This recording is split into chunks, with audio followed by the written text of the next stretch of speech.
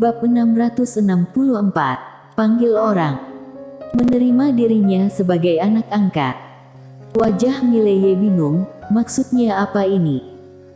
Raut muka Michelle Sangguan sedikit aneh, mau menerima Mileye sebagai anak angkat. Apakah ini berniat membujuk Mileye untuk menyerah? Di depan Mileye, orang tua itu tersenyum kecil. Jangan dikira ini merendahkanmu. Sebaliknya Raja Wilayah Utara sangat menyukaimu, jadi dia mau menerimamu sebagai anak angkatnya. Dan kamu mungkin tidak tahu apa maksudnya menjadi anak angkat Raja Wilayah Utara. Sambil berbicara, dia berjalan tidak jauh dari Mileye, dan berkata, sebagai anak angkat Raja Wilayah Utara, di wilayah utara dunia Akbar Suan Huang, tidak hanya memiliki status terhormat, tetapi juga memiliki kekuasaan nyata, yang dapat dikatakan hanya berada di bawah satu orang. Tidak hanya itu, selama kamu menjadi anak angkat Raja Wilayah Utara, baik itu kekayaan atau kecantikan yang tiada taraf, kamu bisa mendapatkannya dengan mudah. Mileye dengan serius berkata, apakah aku terlihat seperti orang yang serakah?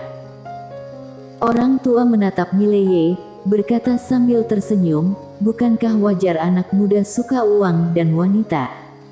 Di dunia Akbar Suan Huang, ada banyak wanita cantik. Selama kamu menjadi anak angkat Raja Wilayah Utara, ada banyak wanita cantik yang bisa kamu dapatkan. Michelle Sangguan menatap Mileye, ekspresinya menjadi semakin aneh. Wajah Mileye juga sedikit jelek.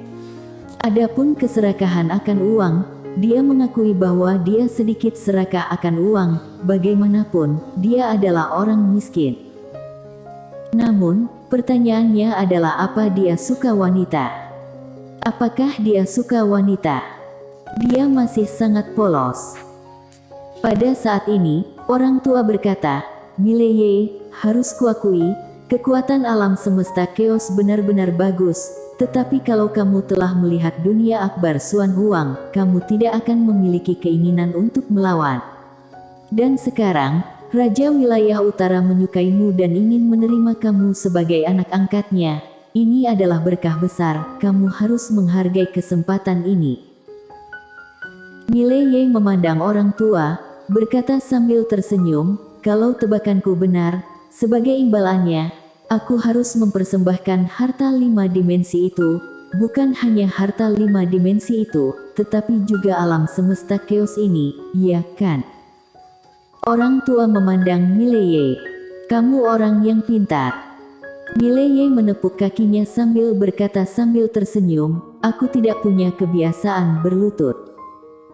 Orang tua memandang Mileye, dan setelah beberapa saat, dia tersenyum kecil, aku paham. Setelah mengatakan itu, dia berbalik dan pergi. Setelah beberapa saat, orang tua menghilang ke langit yang luas. Sebagai gantinya, Mileye berkata pelan, sepertinya mereka benar-benar serius.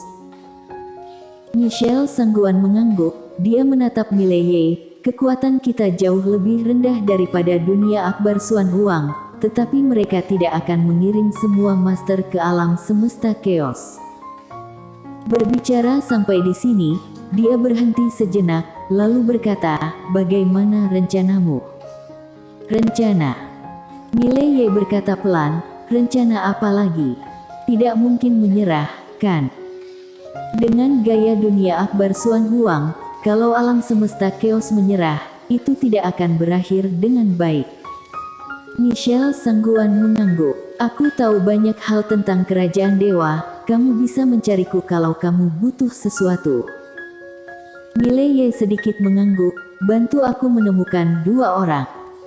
Michelle Sangguan bertanya, siapa? Dengan lambaian tangan kanan Mileye, 2 potret muncul di depan Michelle Sangguan. Sangguan meliriknya dan mengangguk, oke. Mileye ragu-ragu sejenak, lalu berkata, ada 1 orang lagi. Begitu selesai bicara, dengan lambaian tangan kanannya, sebuah potret muncul di depan Michelle Sangguan. Michelle Sangguan meliriknya dan mengangguk, aku paham. Sambil berbicara, dia diam-diam mundur. Setelah Michelle Sangguan pergi, Mileye kembali ke kota Senwu. Begitu dia tiba di gerbang kota Senwu, Mileye tercengang, ada seorang wanita berdiri di gerbang kota. Dia kenal orang ini adalah Mira Zhao yang telah lama menghilang. Pada saat ini, Mira Zhao telah mencapai alam kaisar. Mira Zhao memandang Mileye dan tidak berbicara. Mileye berjalan ke Mira Zhao sambil tersenyum. Nona Zhao, lama tidak bertemu, aku sangat merindukanmu. Mira Zhao tiba-tiba meninju tanah. Boom! Tanah itu meledak. Kelopak mata Mileye melonjak, apa maksudnya ini? Mira Zhao melirik Mileye, berbalik dan pergi. Mileye ragu-ragu, lalu mengikuti. Setelah beberapa saat, Mileye mengikuti Mira Zhao ke sebuah puncak gunung, dan di depan sebuah rumah kayu, dia bertemu Master Seni Bela Diri Nanpai. Namun pada saat ini, raut muka Master Seni Bela Diri Nanpai tidak begitu bagus. Mileye sedikit mengernyit. Senior, Anda kenapa? Master Seni Bela Diri Nanpai tersenyum kecil. Adik kecil, lama tidak bertemu. Mileye berkata dengan suara yang dalam, Senior, ada apa dengan Anda? Master Seni Bela Diri Nanpai pelan berkata, waktuku sudah mau habis. Waktu sudah habis. Mileye berkata dengan suara yang dalam, apa maksudmu? Master Seni Bela Diri Nanpai berkata sambil tersenyum, aku gagal menerobos alam dewa. Mileye tertegun, lalu berkata, bagaimana mungkin? Senior. Master Seni Bela Diri Nanpai berkata pelan, untuk menerobos alam dewa, dibutuhkan terlalu banyak sumber energi hukum surga. Aku pikir aku bisa melakukannya tanpa sumber energi hukum surga ini. Berbicara sampai di sini, senyum di wajahnya menjadi getir. Akibatnya jadi seperti ini. Sambil berbicara dia menatap Mileye.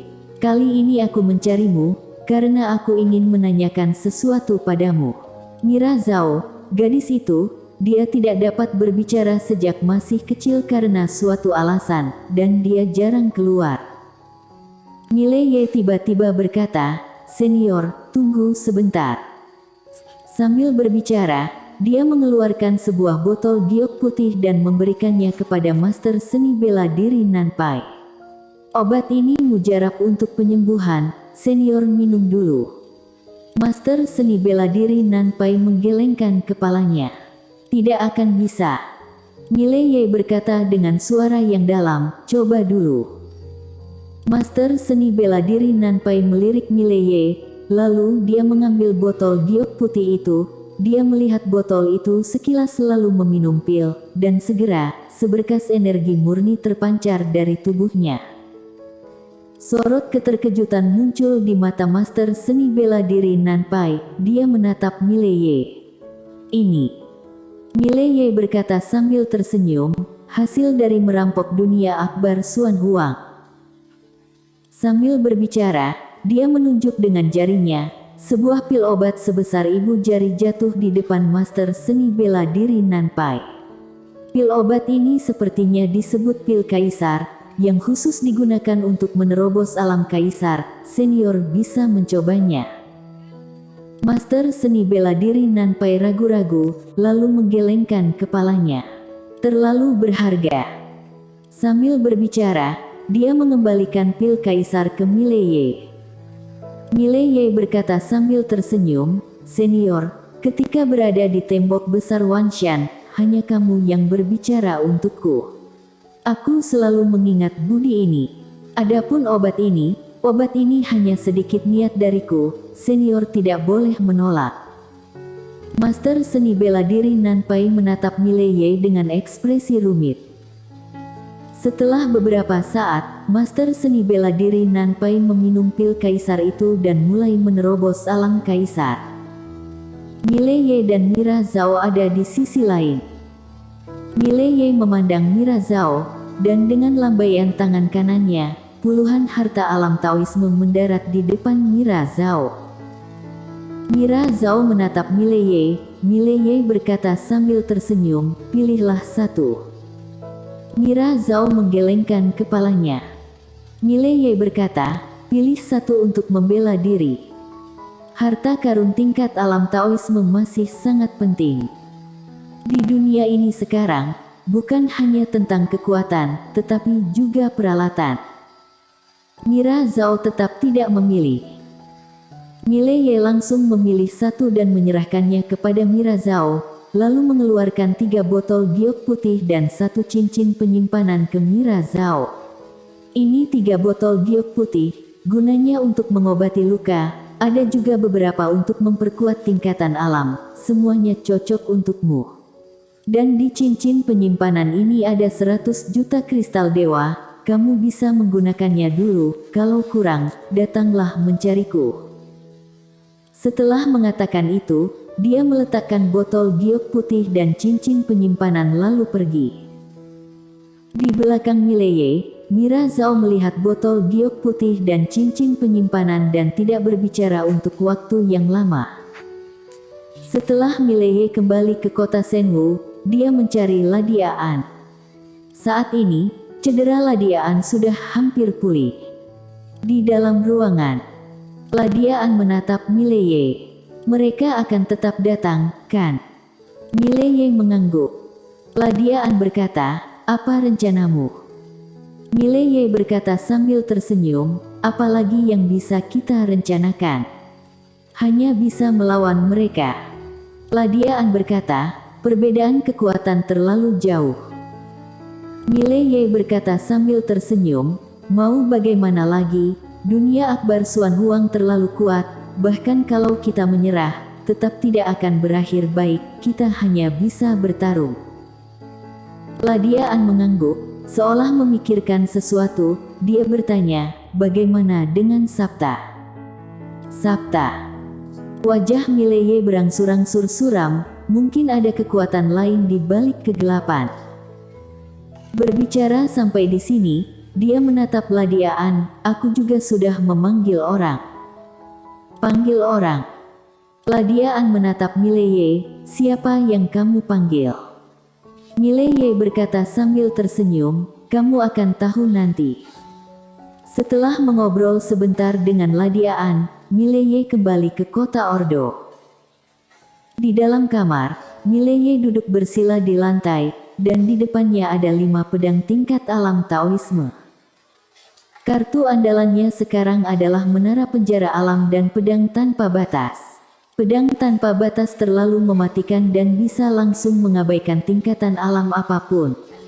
Apalagi setelah membunuh orang, dia bisa berinisiatif memasuki alam kekosongan. Atau gampangnya adalah teknik pedangnya cocok untuk membunuh orang lalu melarikan diri. Dan kekurangan terbesarnya sekarang adalah tidak cukupnya tingkatan alam. Harus menaikkan tingkatan alam.